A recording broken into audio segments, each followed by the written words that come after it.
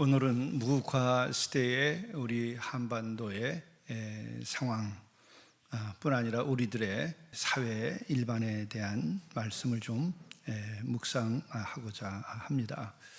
무국화 시대 이렇게 이야기하니까 이 낱말이 낯설어서 굉장히 어렵게 생각하는 분들도 혹 계시지 않을까 하는 생각도 듭니다.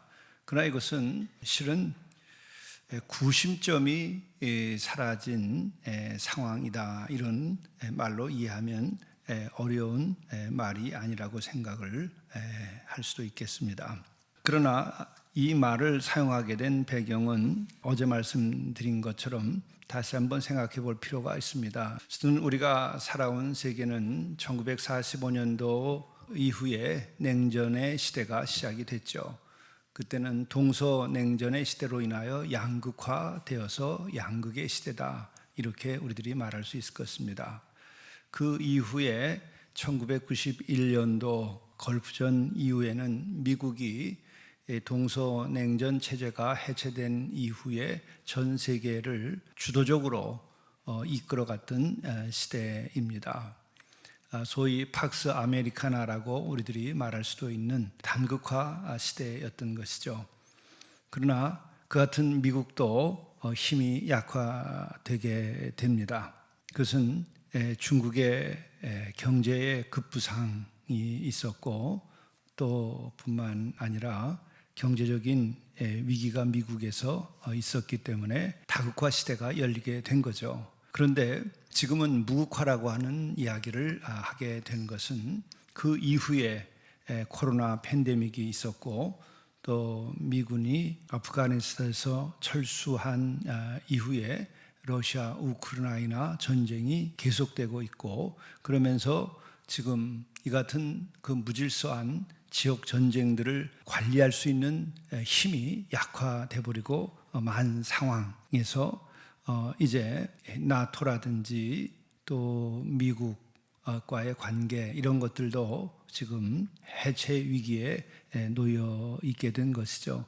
그렇게 되니까 세계를 이끌어갈 수 있는 그 구심점이 지금 흔들리고 있다. 그런데 이것은 일시적인 현상이 아니라 앞으로 우리가 살아가는 세계가 그렇게 될 것이라고 대부분이 전망을 하고 있는 것입니다. 우리가 새삼 다시 생각해 볼 것은 하나님이 지으신 이 천지의 모든 현상들은 하나의 구심점을 가지고 있습니다.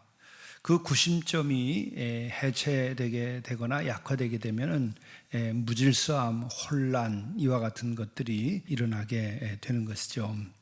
그것은 이런 그 세계 질서에 대한 것만이 아니고 물리의 세계, 또 이 사회, 또 우리 인간의 내면의 심리, 또 우리들의 신앙, 모든 영역에서 하나님께서 지으신 이 세계는 구심점을 가지고 운영될 수 있도록 그렇게 지으셨습니다. 우리 한번 생각해 보면은 물리학적인 현상을 한번 보시죠. 우리가 살아가고 있는 지구는 하나의 행성입니다. 근데 지구 자체가 궤도를 돌고 있는데 그 중심에는 태양이라고 하는 것이 있어서 우리 행성인 지구는 태양을 돌면서 안정된 이런 궤도 속에 있는 것이죠. 우리가 한번 생각해 보게 되면 이 행성에 있어서 지구의 궤도의 안정성이라고 하는 것은 놀라운 것입니다. 우리가 지금 지구에 살고 있는데 지구가 100km 자동차에 타고 있다고 한다면 그것의 몇 배의 속도로 지금 달리고 있는 것인가? 그것은 1초에 1600배 이상의 속도로 지금 지구가 달리고 있는 것입니다. 그럼에도 불구하고 지금 우리는 달리고 있다고 생각하지 않습니다. 뭐 하나도 미동하지 않습니다. 지금 우리가 앉아있는 이 의자, 그리고 또 이런 테이블, 이와 같은 것이 전혀 흔들리지 않습니다. 그런데 이 우리가 이렇게 안정되고 평안한 이 지구는 어마어마한 속도로 지금 태양을 중심으로 해서 달리고 있는 것이죠. 바로 이것은 태양과 지구의 관계에 있어서 태양이 구심점의 역할을 하고 우리가 그 궤도를 달리고 있는 중인 것입니다. 이 만물을 하나님께서는 이 같은 구심점을 가지고 모든 것이 서로 힘의 균형을 가지고 유지되도록 그렇게 만드신 것이죠. 이것은 모든 경우에 다 해당된다 하는 것입니다. 그래서 결국은 이 중력의 그 중심이 약화되거나 흔들리게 되면은 우리가 살고 있는 이 지구 행성도 궤도를 이탈할 수밖에 없고 흔들리게 됩니다. 또한 우리가 작은 미시의 세계에 있어서도 똑같이 원자의 세계에서도 이 같은 현상이 일어나고 있는데, 결속력을 잃어버리게 되면 입자들은 흩어져 버리고 말게 되는 것이죠. 이것처럼 우주의 질서란 상호관계성 안에서 중심에 묶여 있는 그 질서, 조화 가운데에 이루어지는 것입니다. 중심이 없는 자유운동, 이와 같은 것은 결국 표류하고 먼지처럼 흩어지게 되어 있습니다. 우리는 이 같은 것은 사상적인 측면에서도 역시 마찬가지입니다. 절대적인 어떤 윤리나 가치 기준이 상실되게 되면은 사람들은 조화롭고 통일된 그런 의식을 가지고 사회를 구성해서 함께 살아갈 수가 없습니다. 물론 우리는 하나님께서는 다양성을 가지고 서로 다른 얼굴로 살아가게 하시고, 또 동물들도 보게 되면 다 똑같은 동물이 아니라 식물을 먹는 동물도 있고 육식을 하는 동물도 있고 다양하게 지으셨습니다. 그러나 다양한 가운데에서도 구심점이 있어서 조화롭게 살아갈 수 있도록 만드신 것이 하나님의 섭리인 것이죠. 우리들이 이 사회 현상으로서 우리 좀 더 생각해 보면은, 우리 사회에서도 이 공동체를 유지할 수 있는 중심적인 가치 기준이 필요합니다. 이것은 사람과 사람이 서로 구성원 간에 서로 신뢰하면서 함께 구심점이 될 수 있는 가치 기준을 우리가 서로 인정하고 살아갈 때에 우리는 서로 신뢰하게 되고, 또 우리가 사는 세상은 서로 계약 관계를 가지고 또한 유지가 됩니다. 그런데 그런 서로 신뢰할 수 있는 중심적인 가치가 흔들려 버리게 되면은 이 사회는 갈등 속에 휘말리게 되지요. 무질서하게 됩니다. 그럴 때는 우리는 정의조차도 유지하기 어려운 상황이 됩니다. 특별히 정의라고 하는 관점에서 보게 되면 하나님께서 세우신 그 공의로움을 지키고자 하는 그런 중심적인 가치로서의 그 하나님께서 원하시는 그 공의로움, 이것을 사람들이 믿고 함께 서로 지켜나갈 때에 그 사회는 공동체성을 유지하고 흔들리지 않고 함께 살아갈 수 있게 됩니다. 그와 같은 것이 유지되지 않게 되면 그 사회는 갈등 속에 빠지게 되고 또 분쟁을 일으키게 되는 것이죠.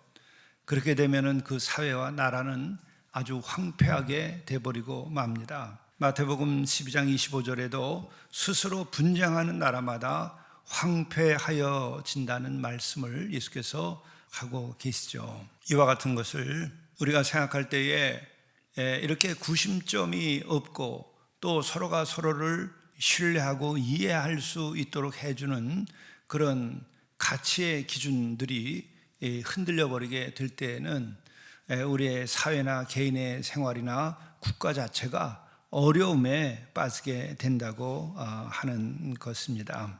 이것을 우리들이 개인의 인간의 관계에서 생각해 볼 때에도 마찬가지입니다. 우리가 서로 사랑할 때에도 그 사랑의 구심점이 있어야 됩니다. 그 사랑 자체가 순수해야 되고 또 그 사랑 자체가 그 마음의 중심을 차지하게 될 때에 사람과 사람의 관계도 조화롭게 됩니다. 우리는 이 사랑이라고 하는 것 자체에 대한 이해를 가지고 있고 사랑이 얼마나 중요한 것인가를 우리가 알고 있습니다. 그런데 사랑이 아니라 이기적인 자아, 또 탐욕, 욕심, 이와 같은 것들이 사랑이 중심을 차지해야 되는데 이런 것들이 사랑을 흔들어 놓게 되게 되면 우리는 실망하게 되고 갈등하게 되고 서로가 아름다운 관계를 맺기가 어렵습니다.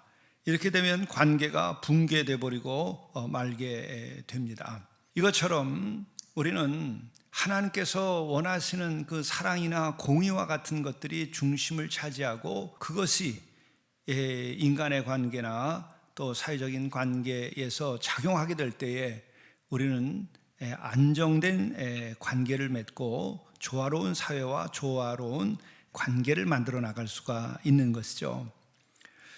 그런데 바로 이 무국화 시대라고 하는 것은 이 같은 인간이 지키고 또 만들어야 되는 그 가치, 이와 같은 것들을 국가적인 차원에서 혹은 이 지구적인 지평에서 큰 이 힘들이 이것을 유지할 수 있어야 되는데 이와 같은 것들이 지금 흔들리고 있다 하는 것이죠.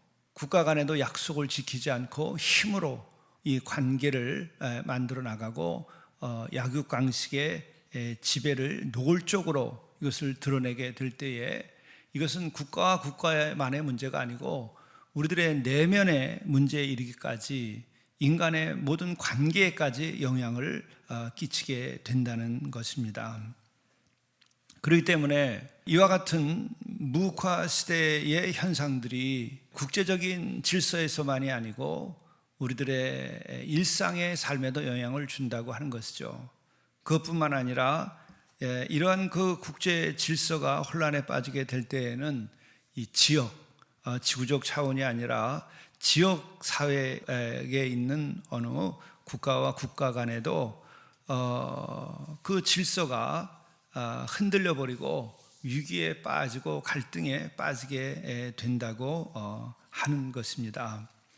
이와 같은 현상은 이미 말씀드린 것처럼 이것은 우리가 처음 겪는 일이 아니라 인간이 지금까지 살아오면서 겪은 역사적인 사회적인 그런 현상이었습니다.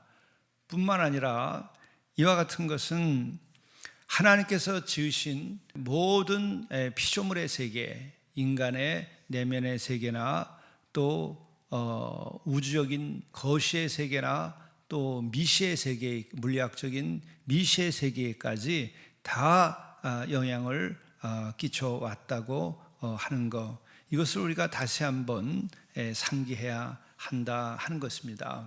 오늘 말씀에도 보게 되면은 이 중심을 잃어버린 이스라엘이 어떻게 되는가 하는 것에 대한 말씀도 나오고 있죠.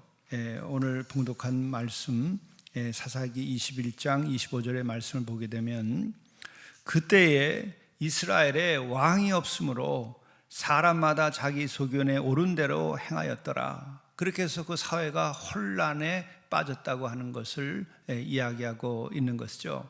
여기서 이스라엘의 왕이라고 한다고 그럴 때 우리는 왕정 체제에 대해서는 비판적인 입장을 가지고 교육을 받은 우리로서는 이 말에 대한 이해를 좀 더 할 필요가 있습니다. 이스라엘의 왕이라고 얘기할 때 이스라엘의 왕이라고 하는 것은 하나님의 그 통치를 대행하는 일을 말합니다. 그것은 하나님께서 주신 그 율법을 지키고 십계명을 지키고 그것을 사회 전반에 적용하면서 신앙을 유지하고 윤리와 도덕을 유지하고 또 사람과 사람의 분쟁을 해결하고 올바른 판단, 재판을 할 수 있는 기능을 하는 일을 성경에서는 왕이라고 얘기한 것이죠. 바로 그 같은 기능을 인간 세상에서는 필요로 한다는 것입니다. 물론 가장 이상적인 것은 성경에서도 그 같은 왕이 없이도 모든 것들이 다 하나님께 순종하면서 서로 공의를 지키고 또 서로 사랑하며 살아가는 그 세상을 이상으로 말하고 있습니다. 그것이 바로 하나님의 나라인 것이죠. 하나님의 직접적인 통치만으로도 가능한 것을 이상으로 삼습니다. 그런데 우리는 믿음이 부족하고 불순종하여서 그렇게 하나님의 말씀에 순종치 아니하고 우리들이 살아가기 때문에 예수께서도 진이 오시게 되었고 오셔도 하시는 말씀이 회개하라고 하는 말부터 하신 것입니다. 하나님께서 원하시는 이 세상을 하나님의 율법과 말씀에 따라서 살지 못하고 죄를 짓고 살고 또 불의하게 살고 또 불순종하며 살고 믿음 없이 살기 때문에 회개하라고 하신 것이죠. 뿐만 아니라 서로 미워하고 살고 서로 다투고 살고 이기로 살고 죄되게 살기 때문에 예수께서는 오셔서 참으로 안타깝게도 우리를 향하여 하신 말씀은 일성이 회개하라 하는 것이죠. 그 회개가 왕이 있든 없든 지금 우리의 사는 세상에서는 제일 중요한 것이다, 이렇게 말할 수 있겠습니다. 이러한 하나님의 섭리와 성경의 말씀을 기본으로 해서 우리들이 오늘 살고 있는 우리 이 나라의 현실을 좀 더 생각해 볼 필요가 있습니다. 가뜩이나 지금 우리는 여러 부도덕한 일들과 도덕적인 또 법적인 권위가 흔들리고 있는 이 사회에서 우리는 이 무과의 시대를 맞이했기 때문에 우리가 살고 있는 한반도와 우리 사회는 더 큰 도전 아래에 있다는 것을 우리가 깨달아 알고 우리가 이것을 위해서 기도해야 됩니다. 또 이것에 대해서 우리가 단순한 비판만이 아니라 여기에 대한 한 개인부터 대안의 마음을 가지고 영적으로 준비를 해야 된다고 생각을 합니다. 우선은 이 무과 시대와 같은 것은 무질서함을 이제 더 방치하게 되는 사회가 되고 시대가 되었다는 것을 말하는 것입니다. 이것은 도덕적인 법적 공의 자체가 붕괴될 수 있는 위기에 놓여 있다는 것을 말하게 되는 것입니다. 이렇게 되면은 사람들이 만들어낸 이념이나 어떤 진영이 만들어낸 이념이 진리처럼 절대화되어 버리고 만다는 것입니다. 그리고 정치는 진정한 섬김과 통합을 위한 일이 아니라 어떤 진영과 이익을 추구하는 세력들의 생존 투쟁이 되어버리고 만다고 하는 것이죠. 이렇게 될 때는 우리들이 함께 만들어가야 될 하나님의 나라, 하나님께서 원하시는 그러한 선과 공의를 실천하기보다는 그 인간들의 집단적인 그 이익을 위해서 사회는 혼란 가운데 빠지게 될 수 있다는 것입니다. 우리는 이와 같은 일이 더 심화될 것을 대비하고 더 기도하면서 성도들은 하나님의 말씀과 공의를 우리가 세울 수 있도록 노력을 해야 됩니다. 이것만이 사실은 하나님 지으신 창세 이래 모든 역사 속에서 다 적용되어 왔던 것입니다. 신명기 16장 20절을 보게 되더라도 정의를 너희들이 굳게 지키라, 이렇게 말씀하십니다. 이것이 곧 생명이니라. 우리의 생명은 하나님께서 원하시는 그 정의, 그 공의, 그 율법에 나오는 그 말씀, 이것을 우리가 잘 지킬 때에 우리의 생명은 유지된다 하는 것이죠. 실로 지금 같은 이런 시대에는 또 주도적인 종교가 약화돼 버리고 만다는 것입니다. 극단적으로는 미신이 성행해 버리고 많은 일들이 생기게 될 것입니다. 이미 갑자기 지난 10년 사이에 우리 사회에는 이 무당과 같은 미신을 숭배하고 하는, 귀신을 쫓고 하는 이런 이들이 70만, 80만이 되었다고 하는 것입니다. 뿐만 아니라 더 위험한 것은 젊은이들이 요새 점을 치고 이런 것들을 갖다가 K문화라고 하는 이름으로까지 붙여서 이것이 국가에서 만드는 잡지나 홍보지에조차 오르는 것을 보았습니다. 이것은 영적인 타락을 의미하는 것이고 인간이 추구해야 될 정의나 인간이 추구해야 될 가치나 미신을 넘어서서 우리가 이성적으로 우리가 살아가야 한다고 하는 면에 있어서도 심각한 도전이 아닐 수가 없습니다. 이와 같은 것들이 바로 주도적인 종교가 약화되는 현상을 두고 말하는 것입니다. 이러한 때이기 때문에 우리가 더 믿음 생활에 열심을 내야 되고 우리가 선교에 열심을 더 내야 됩니다.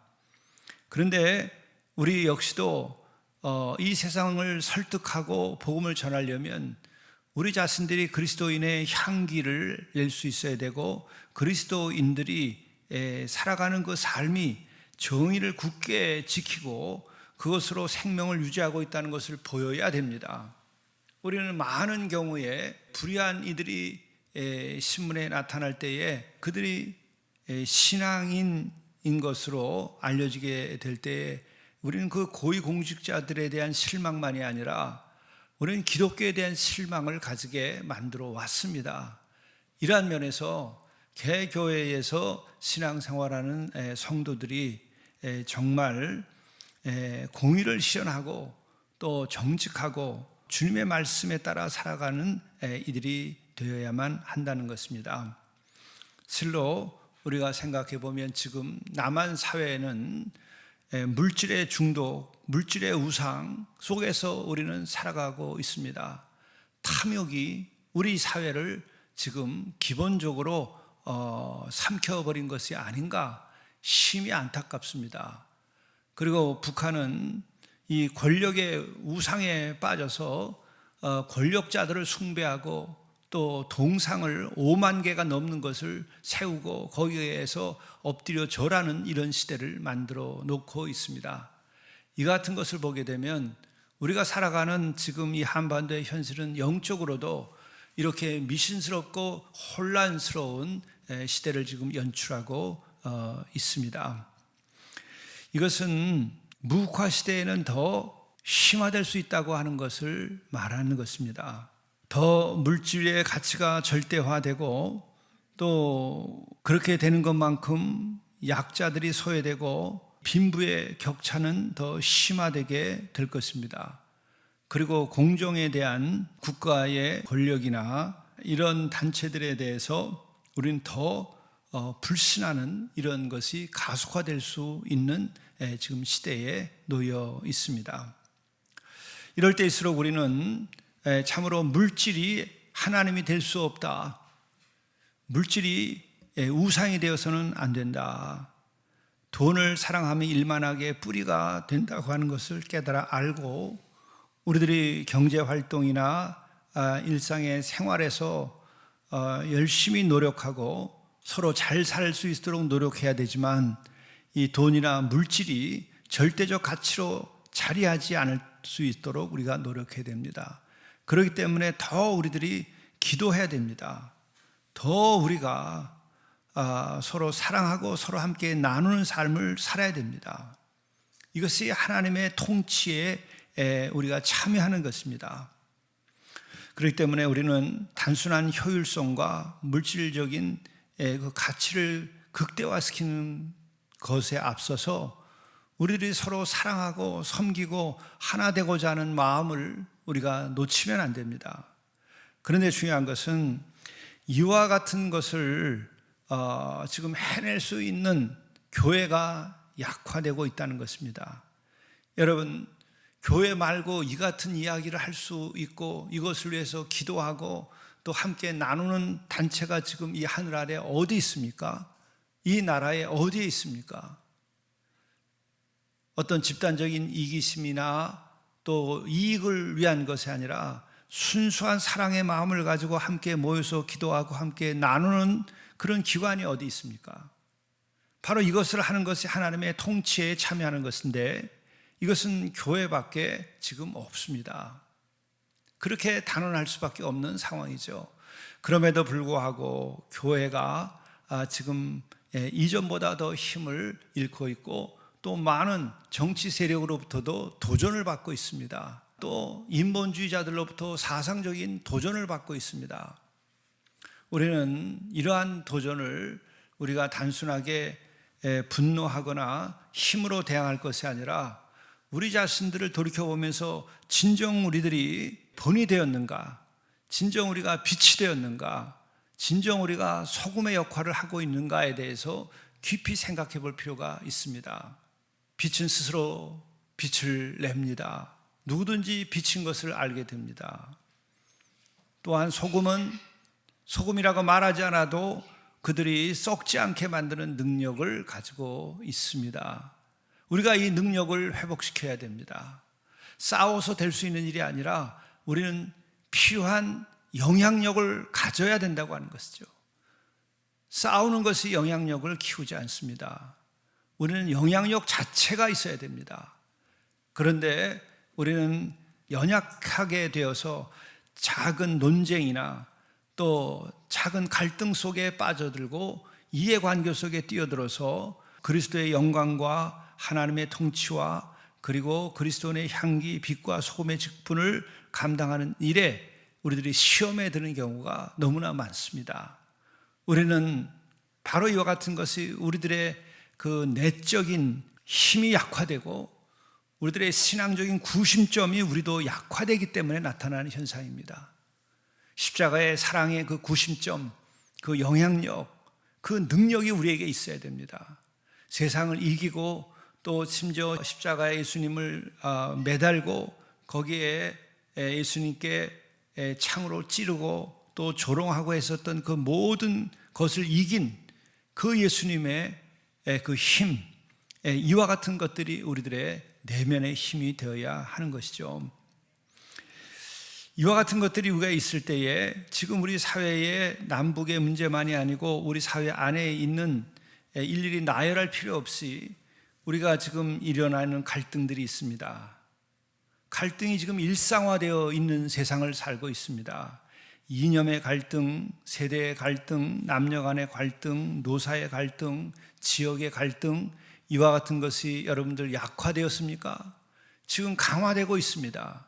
앞으로 무국화의 시대에는 이것이 더 구심점을 잃기 때문에 더 파편화되고 조각이 되어서 더 우리를 혼란스럽게 만들 수도 있습니다. 이와 같은 것을 극복할 수 있는 방법은 정말 구심점을 회복해야 되는데, 그런 구심점이라고 하는 것은 기본으로서 정직해야 됩니다. 진실해야 됩니다. 또한 우리들의 동기가 이기적이지 않고 순수해야 되고, 또한 사랑이어야 됩니다. 그리고 공정해야 되고 뿐만 아니라 하나님의 말씀에 근거한 공정성을 가져야 됩니다. 이와 같은 것들을 내면화하고 이와 같은 것들이 내 삶과 내 내면이 일체가 되어서 내 삶에도 이런 말씀과 하나님의 진리가 구심점이 될 때에 우리는 빛과 소금의 직분을 감당하면서 영향력을 줄 수 있습니다. 이런 면에서 우리는 로마서 12장 1절, 2절, 3절에 나오는 말씀을 다시 한번 이런 상황에서 묵상할 필요가 있습니다. 너희 몸을 하나님이 기뻐하시는 거룩한 산제물로 드리라. 우리의 몸 자체가 그 십자가와 같은 그 영향력을 가져야 한다고 이 말씀을 가지고 이해할 수 있습니다. 또한 이는 너희가 드릴 영적인 예배니라. 우리들의 일상의 삶이 이렇게 거룩한 산 제사로서의 그 예배가 되어야 하는 것이죠.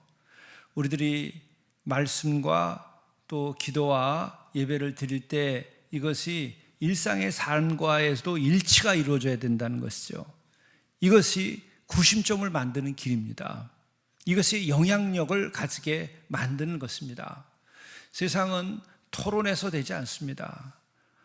우리가 다툼으로 세상의 문제가 해결됐다고 한다면 예수님의 십자가는 필요치 않을 만큼 정말 세상이 좋은 세상이었을 것입니다. 그러나 예수님이 십자가에서 죽으실 수밖에 없을 만큼 인간의 죄성과 원죄와 인간이 갈등과 이와 같은 것들은 본래 이렇게 심했던 것입니다.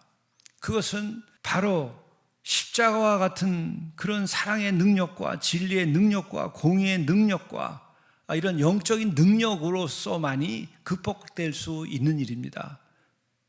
이것이 이렇게 필요한 것이기 때문에 사실 우리가 더 기도해야 합니다. 또 더 큰 일인 것을 우리가 깊이 생각해야 됩니다. 그러면서 오늘 로마서의 말씀은 이 세대를 본받지 말고 오직 마음을 새롭게 함으로 변화를 받아 하나님의 선하시고 기뻐하시고 온전하신 뜻이 무엇인지 분별하도록 하라.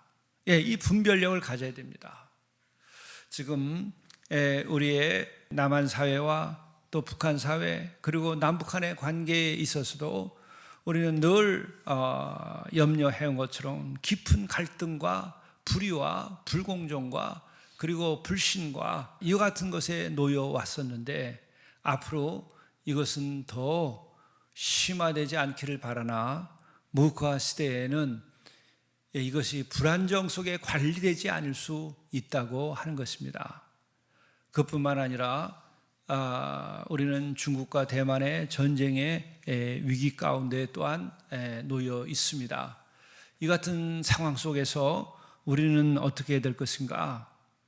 우리가 염려하고 근심하는 것만이 아니라 그것을 더 넘어서 기도해야 되고 하나님의 통치를 우리가 생각하고 하나님의 공의로우심을 우리가 일상에서 실천해야 되고 또 모든 갈등을 이기는 것은 갈등이 한 편에 속하는 것이 아니고 십자가의 그 힘, 그 십자가의 사랑, 그 십자가를 통해서 구원하시려고 하는 하나님의 그 능력, 이것이 우리의 구심점이 되어야 됩니다. 이것이 우리 사회의 구심점으로 자리할 수 있도록 선교해야 됩니다. 또 우리의 일상의 삶에 있어서도 우리가 부딪히는 그런 갈등을 이길 수 있는 그 사랑의 힘, 이것은 십자가의 사랑의 구심점만이 극복할 수 있다고 생각합니다. 이런 면에서 우리가 사순절에는 이 같은 그 하나님의 통치와 또 구원의 도이신 십자가를 더욱 묵상하고 그 사랑과 공의로우심으로 우리가 우리의 이 시대를 책임지고 극복해 나갈 수 있도록 우리가 더 노력해야 되지 아니한가. 이를 위해서 우리가 더 기도하고 우리가 또 한 마음으로 서로 용납하고 서로 이해하려고 노력을 해야 됩니다.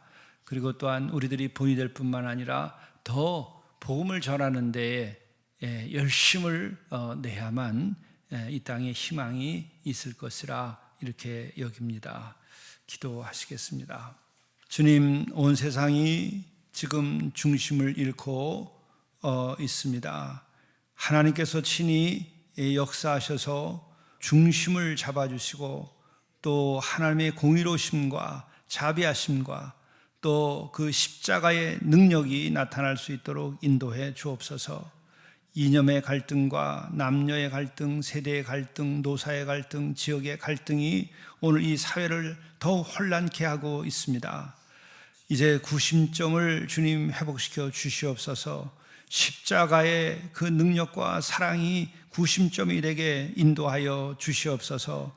온 세상이 지금 또 힘의 논리와 물질적인 이익만을 위하여서 지금 약육강식의 일들이 벌어지고 있습니다. 여기에도 하나님의 공의가 세워질 수 있도록 인도하여 주시옵소서. 하나님께서 친히 통치하여 주시옵소서. 또한 하나님의 음성을 우리가 듣고 하나님의 뜻대로 우리가 살아갈 수 있게 인도해 주시옵소서. 예수 그리스도의 말씀을 더 잘 전하고 십자가의 그 능력을 우리가 믿으며 십자가를 우리가 증거하고 이것을 통해서 세상의 그 중심이 세워질 수 있도록 인도해 주시옵소서. 이 모든 말씀을 우리 구주 예수 그리스도의 이름으로 간절히 구하옵나이다. 아멘.